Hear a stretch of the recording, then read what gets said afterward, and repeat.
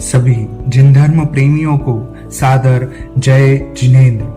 हम स्वाध्याय 2 मिनट चला रहे हैं जहां हम इष्टोपदेश ग्रंथ के श्लोकों की चर्चा कर रहे हैं, जहां हम देख आए हैं कि देवों का सुख देवों के समान ही है, अर्थात उसकी तुलना और किसी से नहीं की जा सकती है।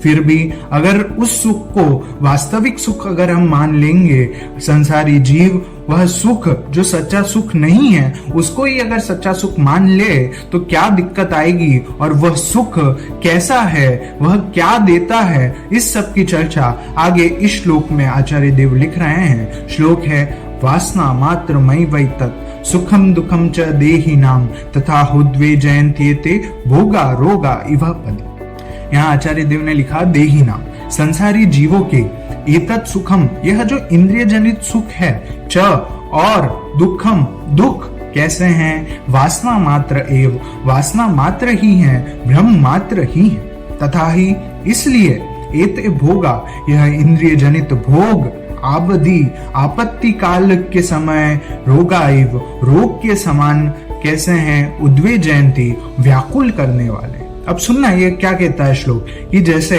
हमें रसगुल्ला बहुत पसंद है, हम दैनिक रूप में प्रतिदिन उसको खाते हैं, परंतु हमें अब हो गई है डायबिटीज, और अब वह रसगुल्ला ही जो हमें सुखरूप लगता था, अब डायबिटीज होने से वह हमें दुखरूप लगता है। और उदाहरण सुनिए कि जैसे पक्षी होता है, वह अपनी प्यारी के साथ पूरे दिन घूमता है, पूरे दिन धूप तेज धूप में घूमता है, तो वह धूप जो है वह उसको कष्टदायक नहीं लगती, और रात्रि में वह वियोग हो जाए और वह शीतल जो चांद की किरणें हैं वह भी उसको व्याकुल कर देती हैं। तो यह जो भोग हैं वह कैसे हैं, दुखरूप ही है। यहाँ कहा वासना मात्र, वासना मात्र कैसा, कि जो हमें अच्छे लगते हैं ऐसे इष्ट, और जो अच्छे नहीं लगते हैं वह अनिष्ट।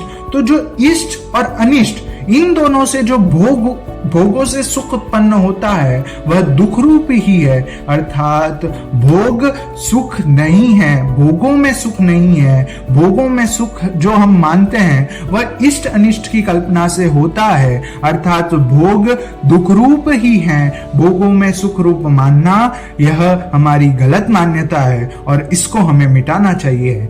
आपके लिए प्रश्न, क्या भोग सुखरूप है या दुख रूप? उत्तर दीजिए नीचे कमेंट बॉक्स में। मिलते हैं नए श्लोक के साथ, तब तक के लिए सभी को सादर जय जिनेंद्र।